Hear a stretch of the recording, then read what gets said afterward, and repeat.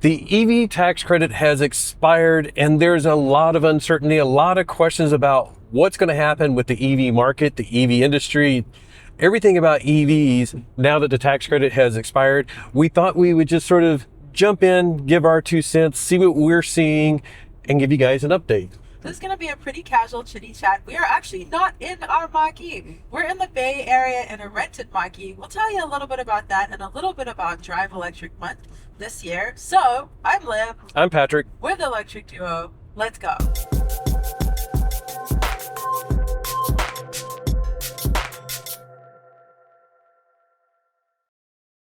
National Drive Electric Month is September 12th to October 12th. So the tax change happened right in the middle of that, which is kind of strange, isn't it? Like, just bad timing, sort of. Yeah, really bad timing. But we've seen interesting stuff both online and in person because we've been all over the country for National Drive Electric Month. We've been in Tennessee, we've been in Schenectady, and now we've been in the Bay Area.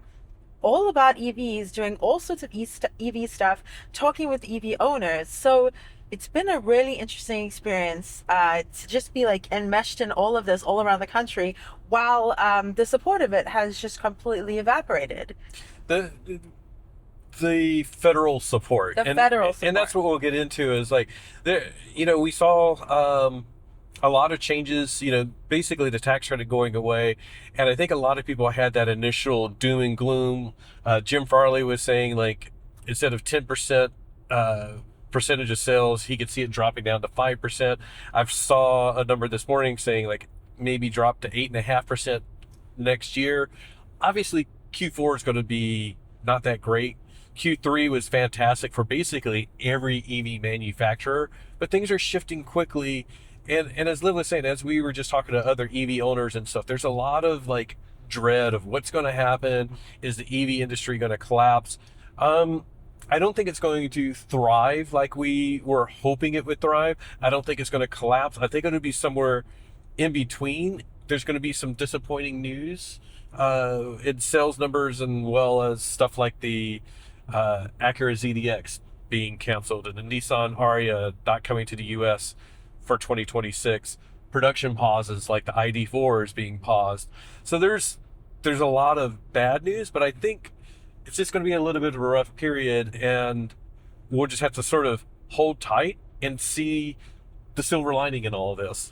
Yeah, and by the way, this is going to be a little casual touch base about this, but subscribe if you are interested in this and want more content, because Patrick's been talking about developing some more in-depth stuff, because this is really going to be interesting to see this evolve.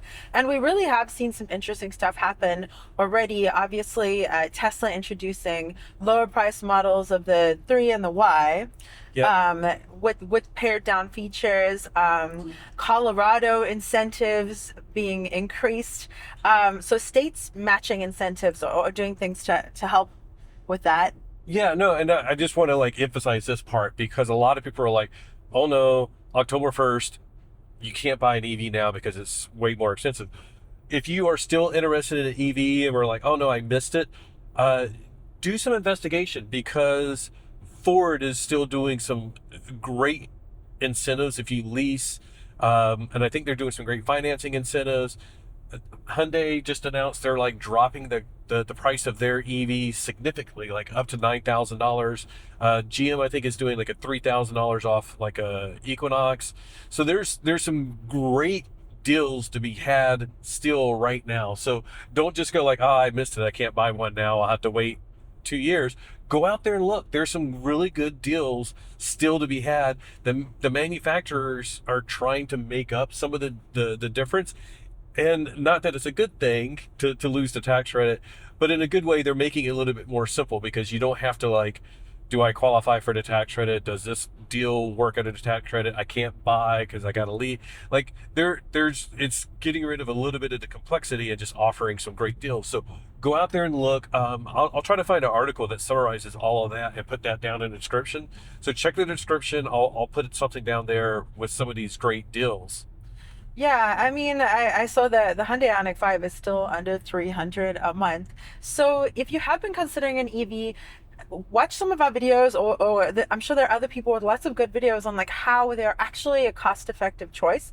It's still, even if it's a pricey investment to get an EV, to get a vehicle in general, you have an ability to affect the cost of your fuel, basically, right? Which you have no control over that with gas. You pick a gas station, and that's how you pick what the cost of your fuel is. But like EVs, we have some controls. Some people around the country have incredibly cheap charging. Some people have access to free charging at work or whatever. So there are all sorts of reasons that going electric is awesome and is still awesome regardless of the incentives and stuff like that.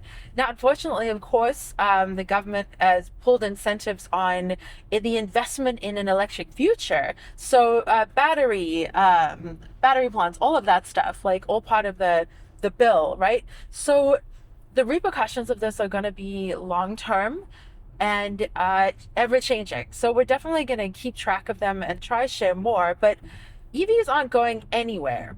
They're certainly not going anywhere, and the EV infrastructure isn't going anywhere. And that was something that we've been involved with very heavily during Drive Electric Month. We actually went out to Tennessee to visit Field Advantage and their facility, like their training facility and their warehouse. They basically maintain chargers as well as like a ton of other things in the world. Like they have their fingers in many pies. Is that how you say it? Yeah, exactly. Yeah. But they're ensuring the chargers are reliable, they're, consistent uptime, all that good stuff. So like, these are things that we need to see in the industry and we need to see continuing, right? As we continue to go electric, is a continued investment in the infrastructure. Because even if there are EVs are 8.5% of the market share, that's still pretty good. So we can get rid of this stuff. Yeah, icky. These oil refineries up here. It'd be nice if we could get rid of some more of these. So anyways, I just wanted to throw that in there. We also, we're at a National Drive Electric Month event in Schenectady, and one of the big sponsors is Linkwell, that's also in Schenectady, and they're also putting in lots of chargers throughout the country. They do their own software. They're US based. They're based in Schenectady, building level 2 chargers in Schenectady. And I know it's EVSC, just don't correct me on that. Everybody says charger. Whatever. Algorithm. But yeah, it's really great to see that there's still some optimism there. And one of the other reasons that we wanted to do this video was we haven't finished all of our Munich Auto Show videos, but we have a wrap-up video that maybe will be out before or after this one. But it was it's sort of like, yes, we have like individual car videos and things like that, but it's like trying to express how different the landscape looks over in Europe, specifically Germany. But while we were there, the whole time it was like Europe versus China, and we go to auto shows in the US and we have to try to hunt and find the EVs that are there. EVs were just everywhere at the Munich Auto Show. It was massive, and it was Chinese brands and European brands. Peugeot, BYD, Xpeng, like just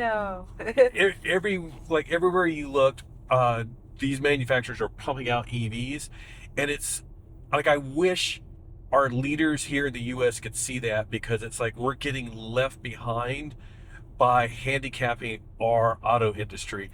If they want to strengthen the auto industry, maybe tax credits aren't necessarily the way to go.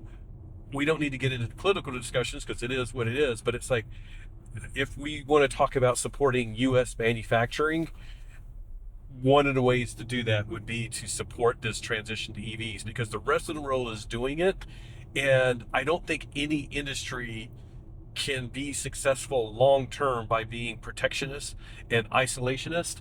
We need to basically see what the trend is. You can't fight the future, and I believe EVs are the future. If you don't, that's okay. You're probably watching the wrong video, but we understand that there's varying viewpoints. I just think that there's such a strong case for this EV transition. It's happening, and we really are going to handicap Ford and GM if we don't support that. And our, and Tesla and Lucid and Rivian, like all of our US manufacturers that we're so proud of, like they're going to struggle so much. And I think we're going to like also lose EV charging infrastructure companies as well because of this rougher transition. Yeah, there's certainly potential that we'll see consolidation, which isn't always a good thing. Like we want startups to thrive. We want competition. We want variety, right? We want all of these options and this innovation. So companies might consolidate to survive, but then we will potentially lose some innovation. It, like Patrick was saying, it was really, really interesting being there in Munich at the auto show, and America was not really mentioned. It was like you said, Europe versus China. There was Ford, but it was Ford Europe, and they have amazing EVs, as we see, craziness happening in front of us. Oh my goodness. But they have amazing EVs that we don't have access to here. Of course, the Ford Capri, the Ford Puma, the Ford Explorer electric. So I have not seen a climbing wall being towed on the highway. That's a really interesting one. As we mentioned, we are in the Bay Area. We are on our way to San Francisco Airport to head all the way back to San Diego. And right now there is a zero run happening. If you don't know what a zero run is, there's a great big group, SoCal EVs in Southern California. But people from all over have come to participate in a zero emissions drive from Southern California to Las Vegas. Just a community event, a fun gathering, and that's happening right now. So that's really fun. I wish that we could be driving, but we had stuff to do, really fun stuff that we're going to share with you. Really cool things. We'll sort of related, we'll just talk about this. Is like we were with Sig Energy yesterday. We had a previous video with them. We filmed a video yesterday. They have a product that works with your home energy system, whether you just have a battery or you have solar and a battery, or just grid, and you can put in this V2X charger that can DC fast charge up to 25 kilowatts depending on your system, your EV, but it can also pull power from many EVs. So yesterday we saw them test out Mustang Mach-E, this one, but don't tell the rental car company, Tesla Model X for 2017 that had a CCS upgrade, a couple of Rivians, a Lucid Cybertruck, Gravity, a Cybertruck. They were all of these. It was brand agnostic, and they were able to pull energy out. And this is also part of the like EV transition of like, we have some really great opportunities to expand how we control our electricity and our energy usage and how we use it and where it's used and time of use shifting, like all these like things that they went into yesterday. Make sure you watch that video, but that's part of like, I don't want us to miss out on, because like that is going to be revolutionary, and it's something that's not necessarily talked about. It's just sort of like the changing the way we are propelling our cars being electric as like the huge transition. But I'm like, the way energy is distributed and held onto by consumers and then used in different ways, it's going to be, I think, a huge advancement and help out the grid and help reduce greenhouse gas emissions by being able to have solar, like all of this stuff. And it's really cool. And the solar tax credits are going away at the end of the year. We got traffic. We'll see how bad the traffic is. Oh, there's an accident. It's not too long, but so yeah, and by the way, like just to relate this, so you could currently get a 10 kilowatt hour battery and slap it on your wall, right? But if you're driving an EV, you might have a close to 100 kilowatt hour battery. That is an insane amount of energy. We use around about 11 kilowatt hours in a day to power our home. So when you think about how much energy that you're just sitting with, should we pause and not subject people to... Oh, it's not that. Okay. Yeah, let's pause. We'll pause. We're back. We're through the traffic, and we have a Grabber Blue Mach-E to look at, which is lovely. Grabber Blue versus Rapid Red. Please place your votes down below. I vote Grabber Blue. I do too, actually. But Rapid Red is very excellent. By the way, I waved at someone the other day and they waved back, which was really gratifying. So you were saying, I was saying, I don't know about you, but I don't know if we necessarily think about how much energy is in our cars and how much energy we use. But when you put it into perspective, using 10 or 11 kilowatt hours a day for your home, granted, most use a lot more, but most use a lot more. We don't have AC. So let's say even 20. And if your car has 100 kilowatt hours, you have this huge amount to play with, this huge amount of battery. And it's cool to have the option to use that, right? Like our vehicles are made to discharge power efficiently and effectively, and a lot of power, right? So it's cool that now with SIG Energy that we have an option to do that. That kind of all brands now, except for GM, have that option. yeah. Software limitation with GM, but Yeah. and you know, it's not necessarily, you know, like if you need that power during the day and you're at work, you know, to keep your refrigerator running, of course it's not going to work. But that's a whole nother subject, very complicated, the pros and cons, something that we may get into more and more as well, because I think it's super interesting. But yeah, it's just overall this transition there's a lot to it, and I don't think we're going to be able to stop it. No, and you said a couple points earlier, which I really like. Like, one, you can't fight the future. I think that needs to be a t-shirt. I'm sure it is, but I think we need to make it. It's a really good one. And you can't fight the future. EVs are the future. It's not saying that other forms of propulsion aren't necessarily going anywhere, but even if it's slowed, nothing's changing. That truck got so close, Yeah, no. I was distracted. We're not in Blue Cruise. We just have the intelligent cruise control with lane centering. Love the So I Blue have to keep Cruise, the little scooch. Yeah, I have to keep my hands on, but it doesn't do things like scooch over as well. So Yeah. We do have videos on that if you're interested. The Blue Cruise updates have little scooch, so if there's a crazy truck to the side of you, it'll scooch over. But something I also wanted to bring up. So yesterday we were surrounded by all sorts of EVs that were plugging into the SIG Energy system and powering various other EVs, powering the home, all sorts of stuff. And I thought it was quite cool because we were hearing different conversations. And one person was like, lucid gravity, where is that made? And the other person was like, no, they're made here. They're made here in California, Arizona, California company made in Arizona.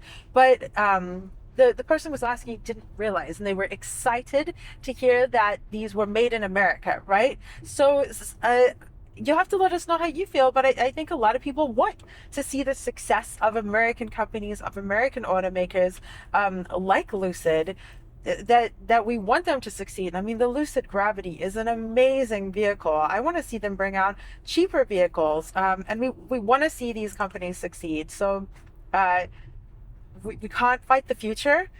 We need to ensure their success. So and I think that's another thing that not necessarily a direct result already because of the tax credit, but just in general, like I think the manufacturers have been working toward having cheaper EVs. We were in Kentucky when Ford announced the $30,000 2027 truck with different assembly process and all that other stuff, but $30,000 EV truck. But since then, like we've seen, as we mentioned, Tesla come out with their like decontented 3 and Y for around 5,000 less. We've seen the Chevy Bolt relaunch Just under 30. Just under 30,000. The Nissan Leaf launch. We actually got invited to the first drive for that, but we were in Munich. But that's just over 30,000, and there may be a cheaper under 30,000 once they get into full production. So it's really great to see this emphasis on cost reduction. Even the Mach-E, like it's now like 36,000 plus some of the great deals. It's pretty darn good. The Equinox, we have an Equinox, great deals on that. So I think it's exciting to see these this emphasis on lower cost EVs, and I think that's where the industry needed to go anyways. And I don't know, like this is like inserting personal opinion into this, but I sort of feel like some of the manufacturers use the $7,500 tax credit as a crutch. So they were like, okay, we need to make the car about 40,000. We could work our butts off and reduce the cost so that it is 40,000, but people are going to get a $7,500 tax credit. So if we make it 45,000, we're actually doing really well. And I don't think it was like a deliberate decision like that, but I think it just makes it sort of like the way that they were calculating whether they were price competitive or not was adding in that tax credit that they figured most people would be getting, and they used it as a bit of a crutch. Now it's like, dude, you gotta compete with the other $30,000 vehicles, period, and you got to be profitable. So there's a huge pressure. We know Chevy, GM, others are losing money on their EV side of things, but we also know they're investing billions and billions of dollars. So that's where the losses are coming. But hopefully those investments will pay off. But part of it is like they need to sell a ton of them. And it's really hard to sell a ton of $80,000 trucks, but a $30,000 truck, I think it's way easier to do that. So not directly necessarily related to the tax credit, but I think it's where the EV industry is going, and I'm pretty excited by that. Yeah, I mean, this will all be yet to be seen, right? We'll see how automakers fully respond. I was reading something about GM buying up all their inventory so then they could lease out their vehicles, so they'd gotten the tax credit. They had to walk that back. Yeah, but so that was a strategy, right? That didn't play out, but we know that automakers and dealers, tunnel. You have to do that when you're in a tunnel, just so you know. Or you can have your own tunnel song, it's fine.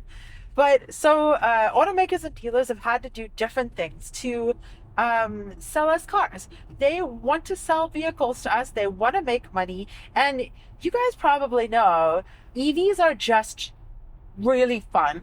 In my opinion, they are more fun than a lot of gas vehicles. They are lovely to drive. They're great to own. They're, low maintenance, all that good stuff. So like, we know that they're really, really fun, and automakers want to sell us these cars. So they are going to have to figure out ways to do this. And now they don't have the $7,500 little assistance to do it. So we'll see what happens. Big assistance. But I do also want to mention, by the way, the Kia EV3. The Kia EV3. Yeah. We are told that that's coming to America. I really hope that's the case, because I really, really like that. We do have a video with it. We filmed with it in Munich at the auto show. So maybe the landscape is going to be many more affordable vehicles, and that's how things are going to survive. Maybe. We don't know. But we will keep touching base along the way and see how this all falls out, because I don't think any of us can truly predict what's going to happen. But I know that EVs are awesome, so they're not going anywhere. Yeah, right now it's like all the discussions that we've had in the past month, I think all of them at some point included the tax credits and what's going to happen.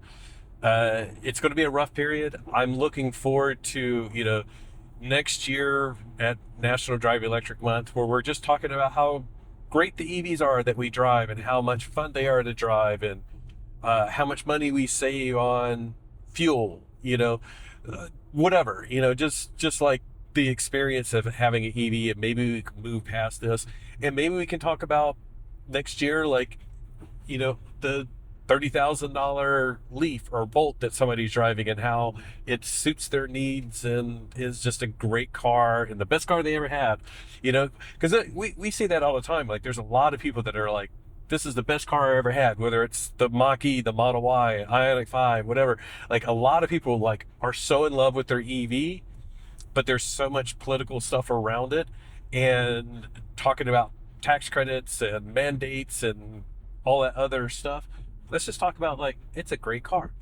Yeah, and by the way, is that San Francisco and the yes, the indeed. horizon line ahead of us? We got to wrap it up a little bit so that we got to go charge the car. Yeah, we're gonna go check out the Electrify America flagship in San Francisco. We did a video there a year or two ago, so we're gonna see how it is now, and yeah, how busy it is, what it's like, all of that good stuff. But yeah, we're gonna just see if it's, you know, how well it's been maintained. Do we, are there any chargers down? Tesla, don't do that. oh, I was trying to think what I was gonna say. And by the way, what I wanted to say was, as all of this rolls out, this is not a competition for us. Us as consumers, we want options, we want different vehicles, we all need different things, right? We don't need the same vehicle. We don't need the same type of car. These are vehicles that take us to where we want to go, right? It's not necessarily about the car, it's about the journey, right? And this is a tool for your life. And it's something that can give you freedom, mobility. Mobility is freedom. And as someone who has had their mobility taken away at various points of time, I really truly believe that mobility is freedom. So we want all EVs to succeed. This is not a competition between companies, and we need that variety. So if there's a vehicle that you love, we celebrate you. If there's a vehicle someone else loves and it's not the same, we celebrate that too. So shall we head out now? Yeah, I think so. Now that we're in some traffic again, we're almost to the Bay Bridge. Yay. It would have been nice to finish on the Bay Bridge, but Maybe we will. oh, we could always Yeah, pause and we'll finish on the Bay Bridge. So now we're going to wrap up as we're getting basically close to the San Francisco Oakland Bay Bridge. I love this crossing, going this direction, going into the city. But as Liv was saying, we were saying, we're going to wrap up this video. I was thinking about like doing, we got to open up our toll thing. Ooh, yeah. I'm going to probably do some more in-depth videos, periodic updates, like how sales are going, look at individual companies and like how are they doing, like how is Lucid doing, how is Tesla doing, how is, whoever. It just sort of like, let's see what their lineup looks like, how their sales are doing. Just, do some deep dives if you guys are interested in that. If not, I'll just do it and delete it. I'm interested in it, but we're also going to keep track of the market.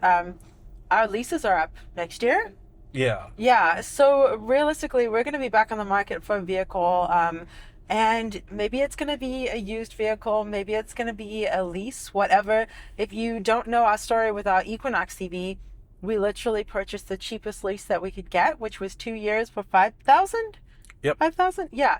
Taxes, registration included. So we're very incentivized by affordability. So if you are too, that's something on our horizon that we're going to be looking into, both for ourselves and for you guys, because some of you haven't made the switch to electric yet. But it's an awesome one, as we have a pretty 911 that's actually very loud. You totally can't hear it, but we can. Yeah. It's pretty trippy how loud it is. We were actually in the Bay Area not that long ago, and we have a road trip video to edit still. We came up to Electrify Expo, Alameda, technically, in the Bay Area, and we had a super awesome Ford EV meetup out here with a huge ton of Ford EVs. But so we have a road trip video that'll be coming out all the way from San Diego to San Francisco. As you know, we love driving electric. We love driving electric all over the country, and it's been really awesome to check out the East Coast and over here on the West Coast and really see how EVs are doing and the enthusiasm. Even though things are not looking great in a lot of ways, in the tax and the support sort of ways, everyone that we've talked to is still very enthusiastic about EVs, and we see that enthusiasm all around the country. So on that note, now we have the most amazing views of which bridge? San Francisco Oakland Bay Bridge, and you can see the tip of the Golden Gate. Well, you also see a crane. Let me go over once. It's really, really beautiful.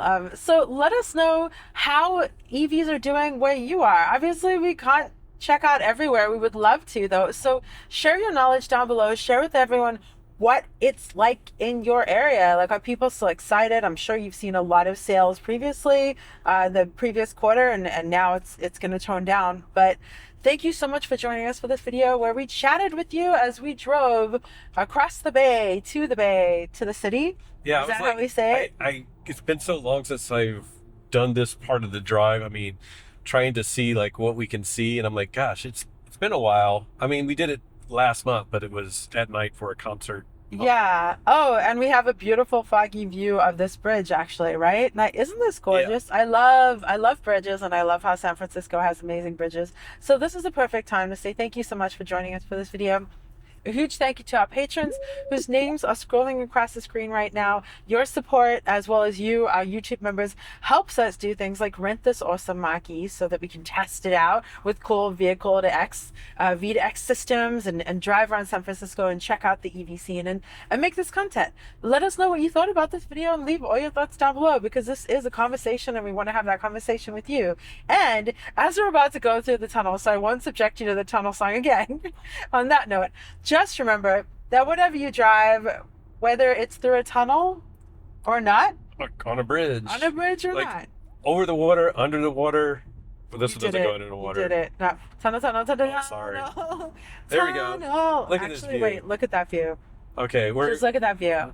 If got- you guys have watched this far, then maybe you're still watching. In which case, leave us a bridge emoji because we're on a bridge.